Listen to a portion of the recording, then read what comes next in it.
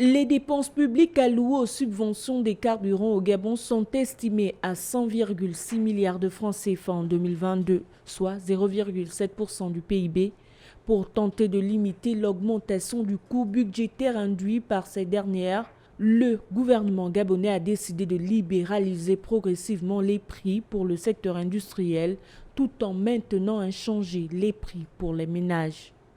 Cette nouvelle édition de la note de conjoncture économique de la Banque mondiale soutient l'importance de développer une économie viable et intégrative. L'idée, c'est de faire une réforme pour plutôt réorienter ces fonds vers les populations les plus vulnérables. Durant cette présentation, des alternatives ont été proposées. Il n'existait pas une seule voie ou un ensemble unique d'actions. Donc chaque pays qui a été mentionné a mis en œuvre une réforme différente, une réforme appropriée aux caractéristiques du pays. C'est les plaidoyers que fait aussi la Banque mondiale.